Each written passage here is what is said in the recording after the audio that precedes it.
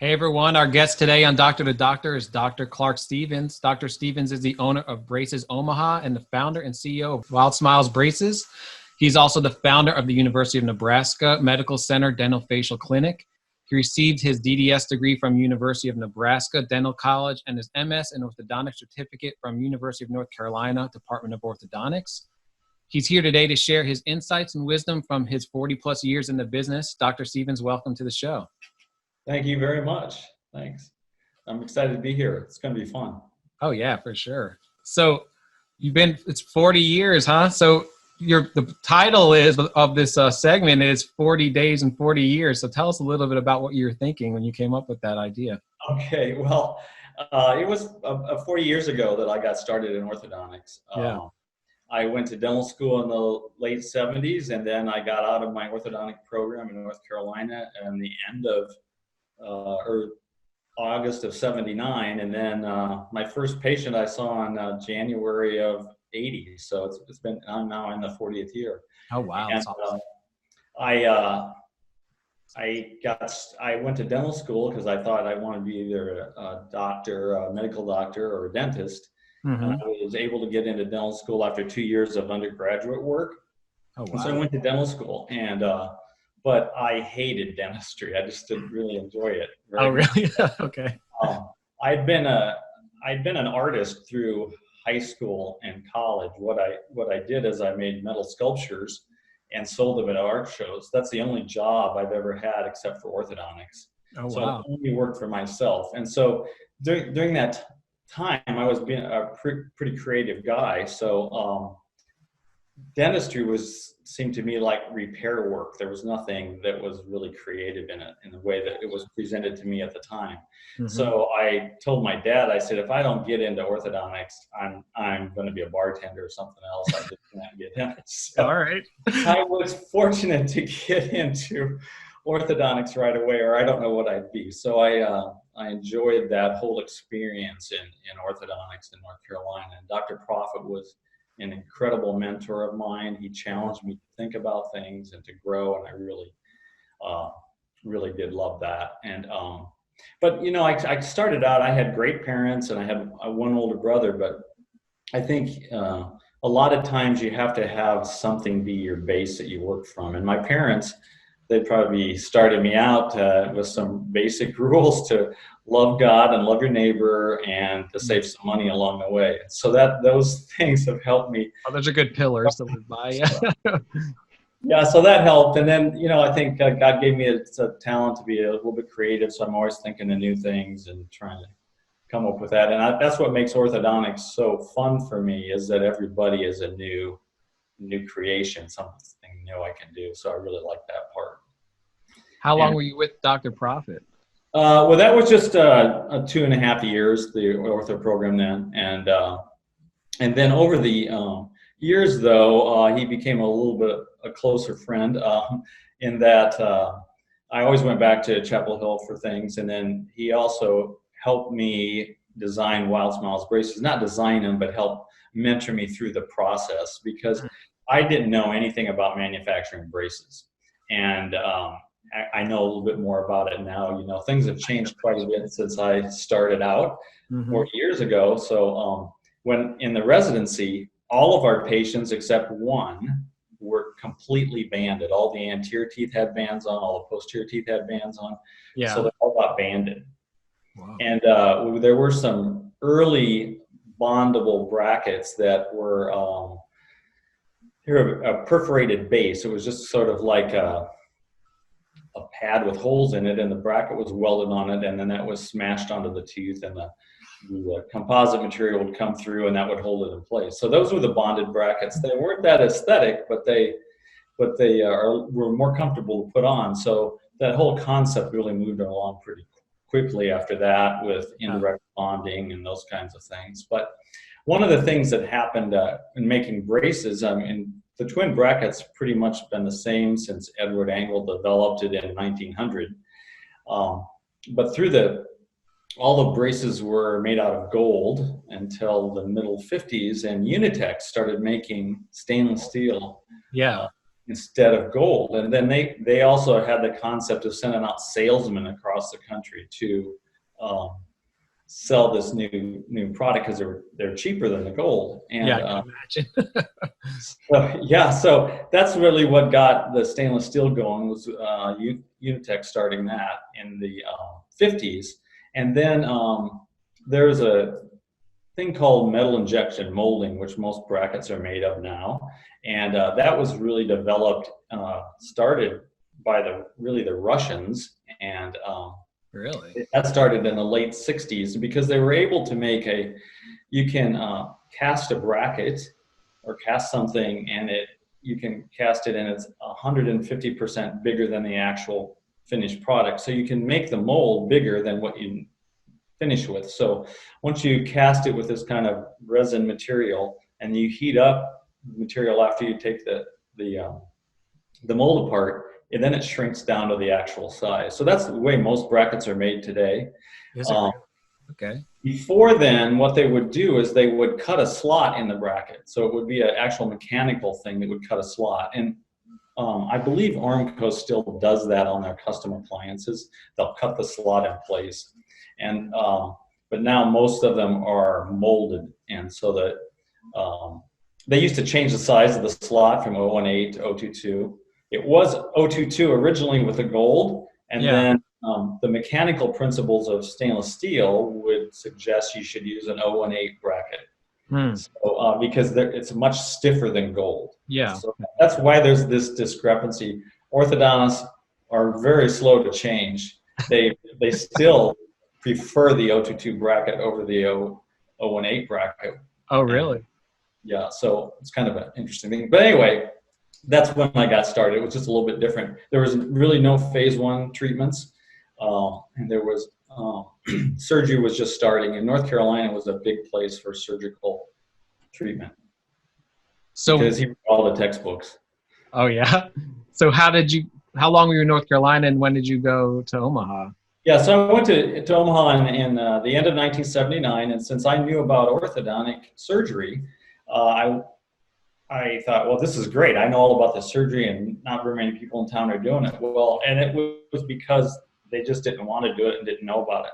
So I went to the oral surgery department, and they said, oh, we're so happy you're here, because we'd send patients to the orthodontist and then never get them back. And at the time, they were doing some single tooth osteotomies. They'd cut the anterior teeth. They'd retract the gingiva and then cut the anterior teeth between the teeth. Then they'd suture that back up, wait about a month, and then they'd fracture the teeth forward to align them, and then do the jaw surgery so that they could do some jaw surgery. So when I came to town, they were really happy that I knew about surgical orthodontics. And then I teamed up with a young doctor at the time, Harold too, and we started the dental facial program there, and I did that for a long time. Yes, but just 1 day a week. I just did 1 day a week, 1 or 2 days. Yeah. Okay. I started my practice as well. Oh, so you've been in practice for those 40 years? Yeah, I've been in practice for 40 years. Yeah. And you're teaching at the same time? You're in practice? Yeah. So because you're not that busy when you first start out, and I thought, well, most doctors work 4 days a week, so I thought I'd work the clinic 1 day a week, and so that's what I did. I'd take some phone calls during the week from residents about things, but mostly I was just there 1 day a week, where we did a treatment planning session, and then we saw the patients that needed surgery. Yeah. So fast forwarding to today, we're going through this COVID, which is your 40 days part of the talk. Yeah. Has it been tough? What has it been like? Well, no and yes. And I didn't ever experience being scared about or wondering about what's going to happen, because I do think I have a faith in God, and I feel like God has control of my life, and so I don't need to worry about stuff day to day. So I feel like it's going to be fine, and I think America's a great place, and so I think we're going to get through this thing. So that part hasn't been tough, but what's been tough is just figuring out what to do during the time when you have nothing going on. And so what it did is it caused me to think about some stuff, and then it also challenged me about what am I going to be like in the future, because 40 days can be a major change in your life.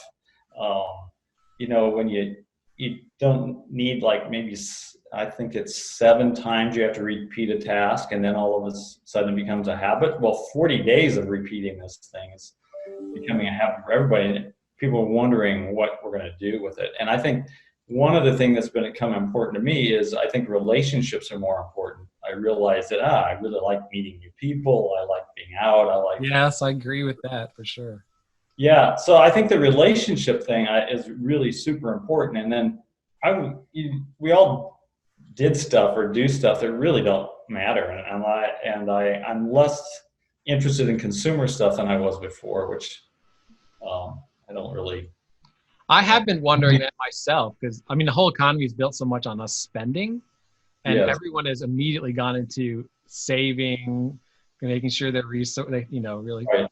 tight with their resources. So I wonder how much that's going to affect just long-term spending habits in general. Yeah, I did a couple gals that work for me. They've been eating at home, and so they go, well, I have extra money now. So Yeah, exactly. Yeah. they've been buying online, so I think there'll still be some purchasing going on. I know about cars and houses and remodels. I don't know if those will all kind of change. I think they'll go, do I need all this stuff? Yeah, maybe the mindless spending. Do I needed all this stuff? Yeah, for sure. In the middle of this, I replaced the driveway in my house, which is not really a purchase any fun. You just spend a lot of money for what you had before. So I think those kinds of things I do. But yeah, so it's been challenging to think about the future. I'm not so concerned about the immediate, but the future, you kind of start to think about what's that going to be like, and what's your relationship with your patients and your team and all that kind of be. Have you changed a lot of processes that in the practice right now? Well, I'm not sure that we changed anything yet because we haven't really started. We start next week back with patients. We see once a week. We've been seeing emergency patients. You know, you wouldn't think orthodontics would have emergency.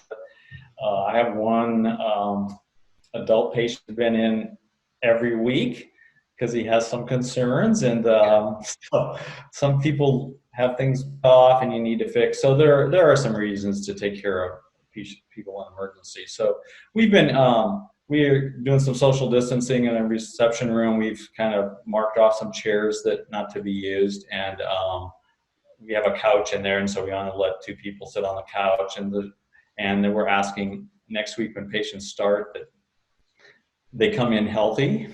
And yes, right. Please. Or something, don't come in, and then we're going to brush your teeth when they get here and use some mouth with alcohol in it to rinse out before we start on them. And we keep patients separated. So we're going to do those kinds of things. And we don't have any of the amenities we used to have. We took the coffee out, we took the water out, we took out contests. We had some toys or games and things for people to play with. Well, they took those out. So those kinds of things will definitely change for a while. How have the patients been responding kind of during this off time while you've been? Well, I think one thing that I realized is that we had some call in parents and go say, hey, you know, I got I still need to spend some money in my savings account. So can I buy a couple extra retainers? I'll pay for those in advance just to be able to use that before. That's interesting. Okay. So that's happened. And then we found that we had a couple of people pay off when they got their relief check from the government. They decided to pay orthodontics. So found that people have continued to pay over this period of time. I think the thing that told me is that our patients really trust us, that we're kind of part of their family, and in a way that we try to be really close with them. And we, you know, I'm fun, my staff's fun. We really like to interact with them. So I had never really realized, I mean, I knew they did, but once you realize that they are starting to pay when they don't have to pay, I mean. Yeah, I mean, they're prioritizing you over all these other things they could use the money for. I think that's a huge thing. That's a really huge. When we're saying we can't see you till till May or June, you know. Well, okay, I might not pay, but they have. So that was really great. And I also think when they call in, someone call in and say, so what do you have going on when you're going to see patients? They're very understanding if we had to postpone them and move them on. That's great. It was kind of a moving target at first. So we would just cancel patients a week in advance. We didn't go and cancel the whole month until we knew about it. Yeah. So I think that was easier on patients. Everybody was kind of dealing with the same thing. What's going to happen next? Yeah, for sure. But I think that that whole thing of patients really liking us and loving us and trusting us was a big deal to learn. I know it shows you obviously been doing the right things all this time if people care. Oh.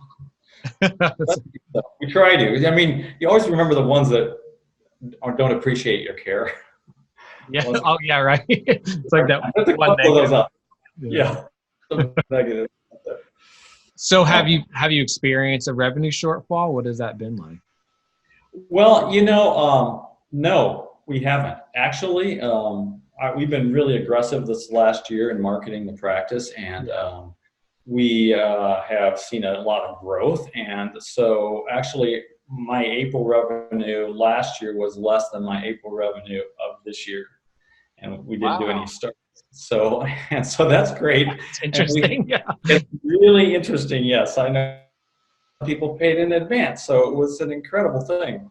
So I don't feel too bad. And we have a bunch of new patients scheduled to start, come in May. And we've had 3 new patients in the last 8 new patient appointments. So people are starting to come back. So I think we're not going to revenue shortfall because there wasn't any, which I found surprising. Because right at first, there's a lot about the practice for sure. Where do you think those new starts in May came from? Were you mining kind of pending patients? Was it from marketing efforts just not stopping? Well, it was from an ongoing things going on. I had a marketing concept of we give away some free treatment for our practice spokesperson. So we had several people apply for that and come in as set up as new patient appointments. We'll start it anyway. And then, so we're going to give one away. We have those. And then we are also doing some stuff with teachers, giving a teacher reward away. And we have a few of those we're going to see. And so anyway. We're doing some aggressive contests.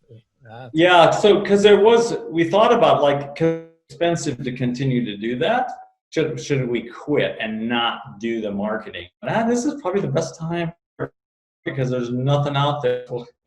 We go out there and market aggressively in this period. So I think that even the cost per ads is lower just because there's not as much competition. So it's a good time for I think it's going to be okay.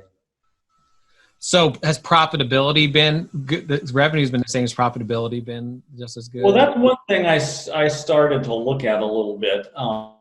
Where did I make the most money over the last few years? And I think if I could be the orthodontist that only made replacement retainers, that would be great. They're very profitable. But that's the most profitable area. But the second most profitable thing is patients that had phase 1 and phase 2 treatments, because their treatment fee ends up being usually larger. So, and their treatment time doesn't need to be that much longer.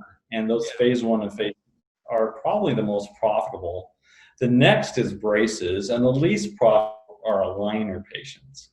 I think they all have to be part of your system, but there's a lot about aligners are going to be great for your practice because you can lose an employee and that'll save you some money. But at least in my practice, and maybe it's because the way I am, a lot of those aligner patients are very high maintenance. And in general, like the persona, that the type of person getting aligners. Yeah, and they need my attention. I need instead of the team and stuff like that. So it takes a little bit more time than I thought it would. So anyway, I think that's what I had never looked at the profitability of phase 1 and phase 2, or just a full treatment and liners. So I'm still going to do them all, but I found patients. One of the things that I found that I wondered about if patients really understand the benefit of orthodontics. Because here I am not doing anything. Are they going to come to the office? Are they going to want to come in? Yeah. And I think they really do understand for their kids. They go, I want my kids to have the best future possible. I want them to be able to present their smile and good among their peers and be more successful. All kinds of studies show a smile helps you out in life more than a non-smile does. Oh, absolutely. No, that's true. I really think that that's a huge thing, that those patients will keep coming. And I also think the patient that is maybe an adult and desiring treatment, function or their bite or is the aesthetics, they're still going to come back. I think more if they have insurance than if they don't, or if they have a stable job. If they don't have, I'm not so sure. People will sacrifice for their kids.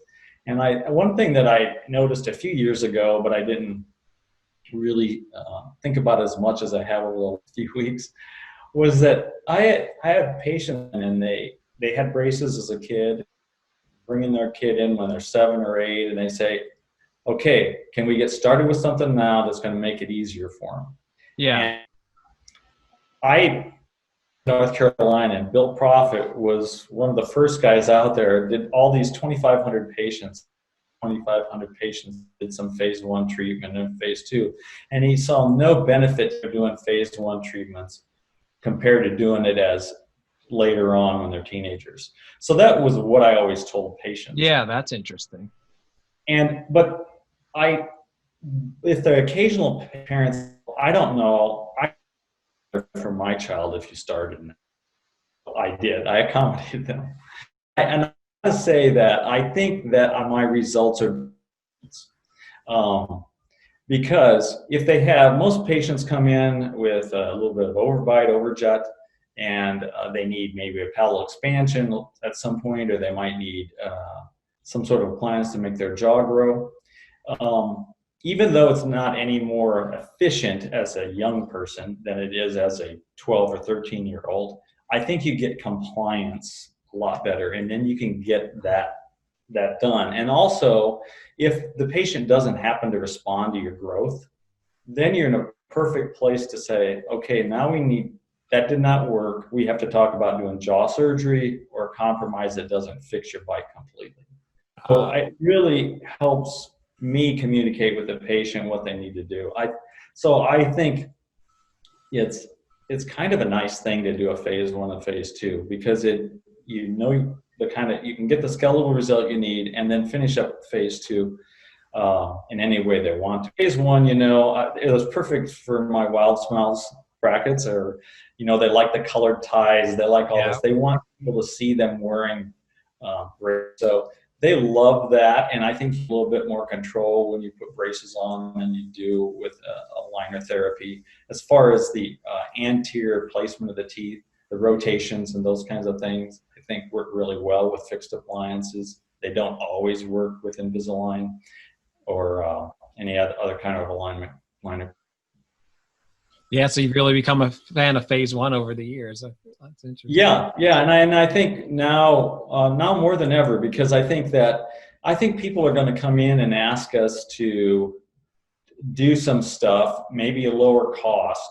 So the first phase doesn't cost a lot, and they can come in and get started. And the other thing about my patients that have had phase treatment, they're more likely to finish up with their phase 2 if I have them on recall from one than if I just had them on an observation. Observations you kind of trail along, or you have a lot of orthodontists have a kids club and they try to encourage them to come in, but once they've had braces, they're always pretty dedicated to come back in. So I think that makes it also better to think about doing some phase 1 treatments. Yeah, that makes a lot of sense. So what do you think about all these virtual consults, kind of that being introduced into the process? Well, I looked at my consult, and my percent of the patients who come to make an appointment in my office do not show up. And one of the things we ask them to do is to fill out their health history online before they come in, and all their insurance information, submit all of that. Yeah. And so those 14% don't do that. They don't show up, and they don't do that. So we know that that's not a very good patient to pursue. And all the others, we have the 8%, 76% of the people decide to start treatment if they come in the office and go through the consultation. Mm-hmm. So we know that we're really efficient, and we have good compliance if we get people in the office. My treatment coordinator is excellent. My staff is excellent. So I think it's going to be hard for people to really get the personality of your practice in a virtual consult. I've seen some talk about it, and those people, I don't think you get 76%. You get a few that decide to start. Yeah. It's the shoppers that want to come in, and we want the kind of person that's just going to say, hey, I'm going to start because I like being here. One of the things I heard the first week in dental school, the dean of the dental school came in, and he said, okay, welcome to dentistry. It's the best profession. It's way better than medicine because the patients are better. Did he say that? Wow. Oh yeah, he was really kind of arrogant about it. I know what to say this now, but he said, so I'm saying it, but he said,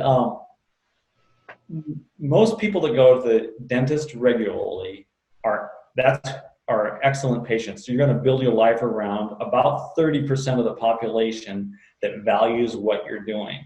He says there's 70% out there that will just come for emergencies, but you want to build your life around those 30%. So I think really that's who orthodontists really get to come to our practices, is that 30% that is discriminating and understands that the orthodontist provides better service than the general dentist. So I think we're pursuing that 30%, and those people respond to the kind of care you give, how you take care of their kids. I've had so many patients come start and say, my daughter or my son just love coming in. They like meeting you, and I feel really comfortable in the office. And those are your best advocates for out there talking about how great you are. So it sounds like you have a really great office culture and team. Can you tell us a little bit how did you create that? What are your secrets? You've been doing it a while, so you should have it down, right? Well, yeah, one thing is that I think it helps to be honest in everything you do, and I'm pretty honest, and you can't, and then if I mess up on something, I usually confess that and say, hey, I shouldn't have done it that way. And I think that helps and I treat everybody the same, and I'm a person that likes people, and so I always see good in everybody. Yes. So there are people that don't, and there's doctors that don't, that they have a hard time with that. And if you're that kind of doctor that just doesn't enjoy being around people, make sure you get a team that enjoys being around people, because they can be that personality for you if you don't have it, because some guys just don't have it. Some guys and girls, anyway, some orthodontists don't have it. But so I think it's important that you have a team that's like that. Yeah. So, well, at least if you're like that, you can still have a practice. You just have to know that's your weakness and work. Right. Be willing to say that. Yeah. All right. So if you had to do it all over again, what would you change? What do you think? What choices would you make differently, you think? In my, in 40 years, I wouldn't, well, one thing I did, this was probably, this is 20 years ago. So the first few years, I had a practice, really busy practice, and it kind of started to level off. So I thought, I need to have a satellite office. So I built a satellite office, and I moved into there. And then I have one of my mentors is a general dentist in Dallas, and he challenged me. He says, so why do you need two offices? How far apart are they? And I go, they're like 5 miles apart. He says, now, do you have anybody that comes from out of town for your services? And I said, well, actually, I have this guy that flies a UPS plane. He lives in Coral Gables, and he comes up for his appointments. Yeah. Florida. And he said, so I think people will drive across town. I don't think you need two offices. That was really helpful for me. I closed that second office, and it made me more profitable where I was at to be in just one office. And people still travel, a couple hundred miles away to come into my office, and they pass orthodontists on the way. So I think that's been helpful. So I would say what I would change is I'm not so sure I'd think about a two office environment. So I probably wouldn't have done that. That's interesting. Yeah. I also tried to get a partner a few times in the practice, and that didn't ever work out. It was kind of a waste of time. I don't know that I'd do that. At this point in my career, most young orthodontists just want the old character to be out. So I think that's the trend, is to just sell your practice and get out when you're ready. So I'm not pursuing that idea of a partner right now. Yeah, that makes sense. Okay. So, and then I also, when I first started my practice, because I was in the dental facial clinic, I spent a lot of time with adult patients that needed surgeries, because I got a lot of those referred to me. And a lot of dentists referred to me, and for that reason, they knew that I was a good orthodontist.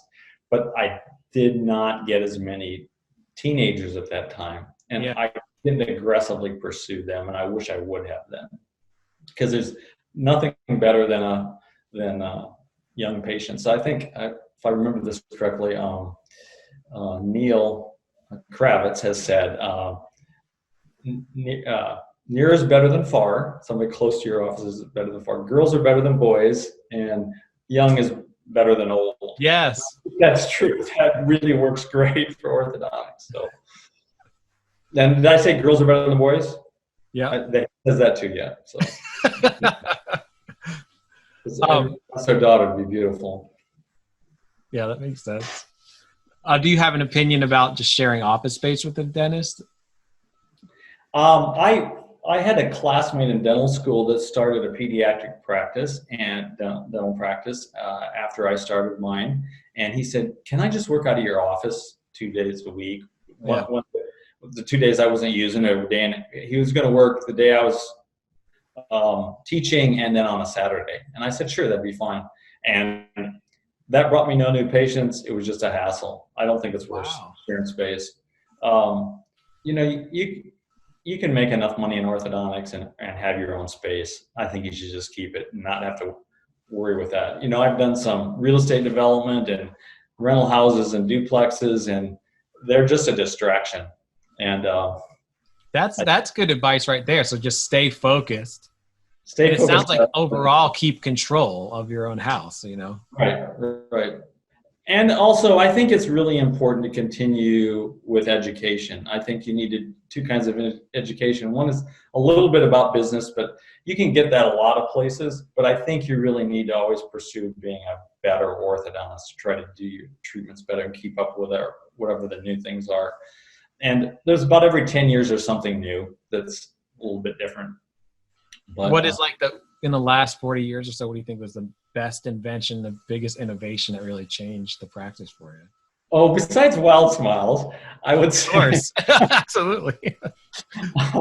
I think, it's one thing that's fits with our culture right now is when I started practice, a patient would call in for an appointment, then we'd appoint them, they'd come in, I'd say, yeah, I think you need braces. And then it might cost something like this.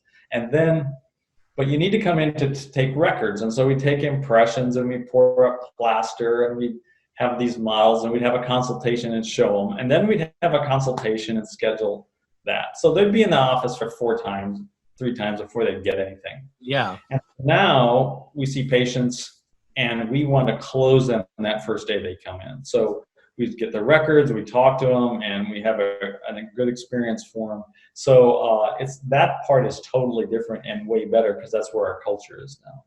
I do think the people need to be taken care of personally in that time. And so I think it makes it, you need to really be a good people person, or have somebody as a treatment coordinator that is and also a good salesperson. Because it's even more important. You have less time with the person, so you make sure. And push them through to make that decision. That's important.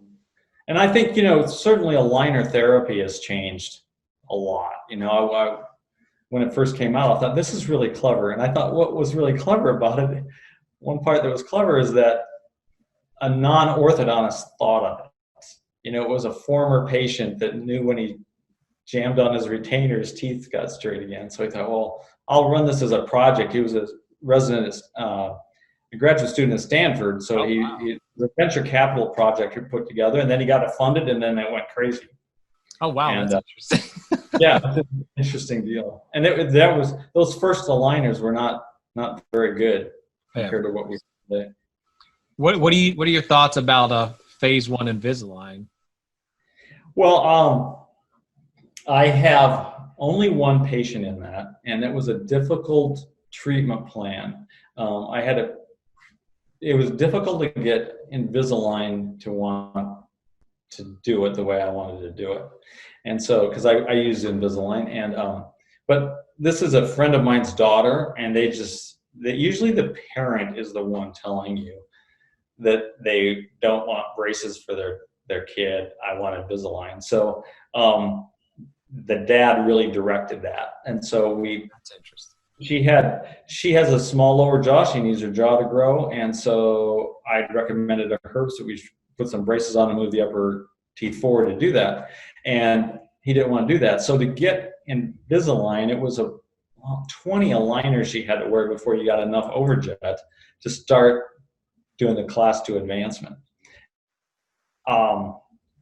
She's getting tired of the appliances now. I did get them to give it to her after 12. I resubmitted it after we'd done 10, and so then they did let me do it then. But it's a difficult treatment plan, and I just think it's better off if you start off with a phase 1 fixed approach. But then you have these high maintenance characters that are your family or friends. They're the worst ones. Oh, I can imagine that, of course. Your family or friends. If someone's a resident out there and they want to get started, do you think they should start their own practice, work for someone? What would your advice be for that new person? Well, I think you should start your own practice if that's what you want to do. I think that you need to be cognizant of the costs. And because I've owned some office buildings and other stuff, yeah, I can tell you a lot of landlords are more flexible with their tenant improvement dollars than you might think. So I'd ask them for a lot, or ask them for a rent reduction if you're going to spend it all. And then I would think you just need to think about how you're spending your money. You probably don't need everything right away. You can have some mobile units that take care of some stuff for you. There was an orthodontist that when I started practice, he didn't even he had air in tanks. He didn't have a compressor. He just had air in tanks that he replaced every other month as they wore out. And he worked for 40 years doing that. Oh, wow. So there are ways to save some money. And I think that's the hardest thing is if you get started and you have a huge amount of debt and you have a lot of rent payments, and then you don't feel like you can get over that. That's scary for a lot of young orthodontists to have that expense. So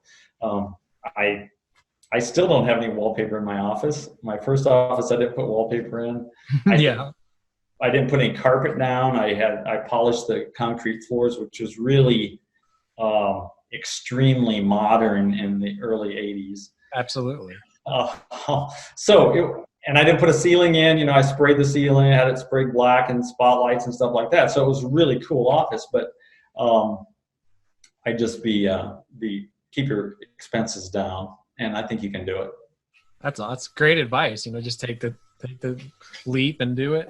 Yeah, and then if you're not in the office, you're not seeing patients, and you can go to the mall. Go to the mall and start talking to people and handing your card out. And just say, "Hey, I'm new in town. This is what I'm doing." So, just some good old-fashioned networking. Yeah. I remember sitting at I was at a Neiman Marcus coffee shop or restaurant in Fort Lauderdale, and I was sitting next to this lady, and she was talking to me. She worked for this plastic surgeon, and she just handed me her card, and she said, "I know you don't need plastic surgery right now, but if you ever think you want to do something with your eyes or, you know, a little facelift or something like that, here's my card. You might need it. You might have a friend that needs it. So Yeah, it was just such a great way she presented it that, you know, I've tried to do that since then, but you can always do that.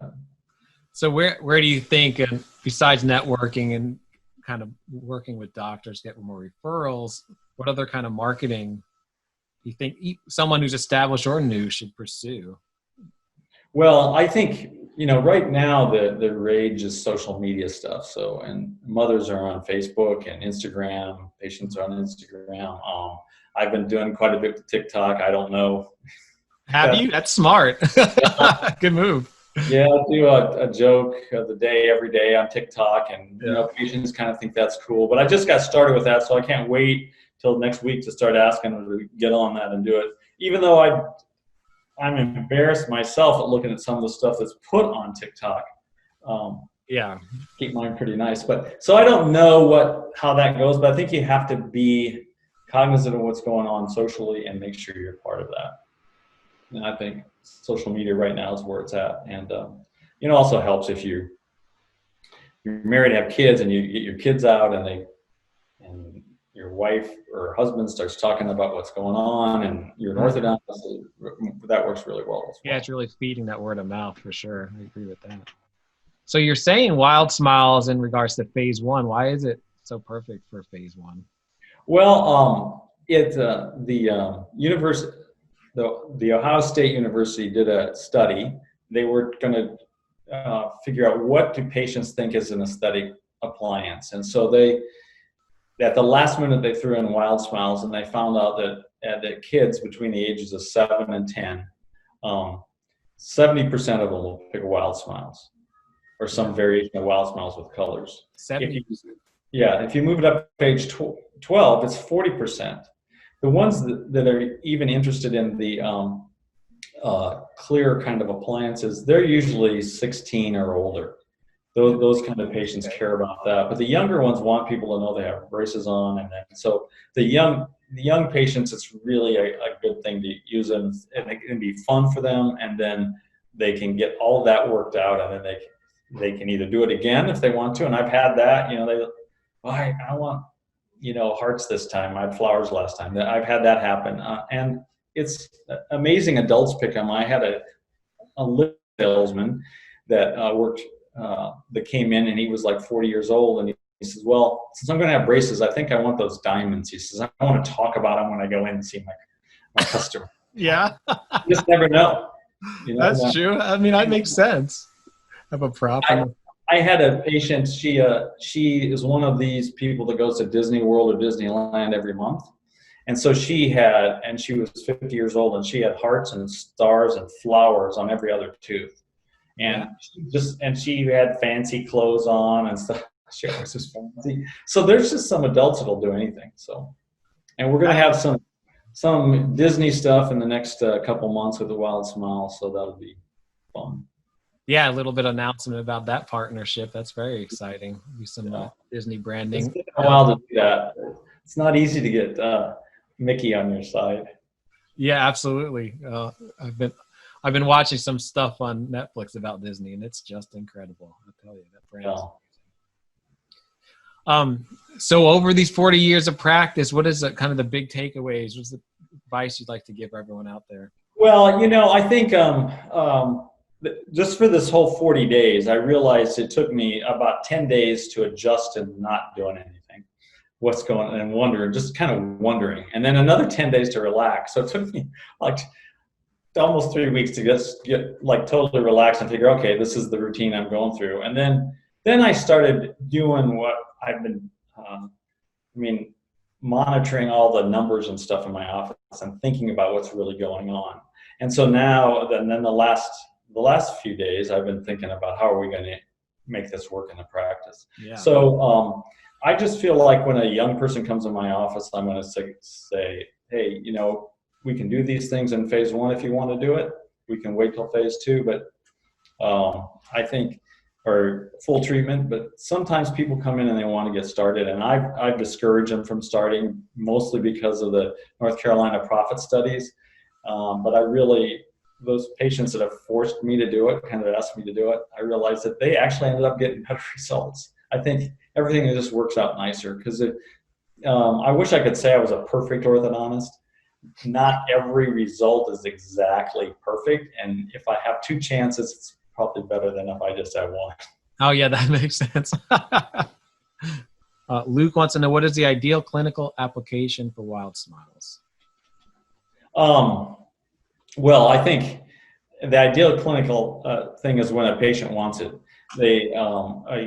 And the most patients that are young want it more because the numbers show that. But they work on any kind of patient, and I think it's nice to accommodate the patient when they come in because they're often very fearful.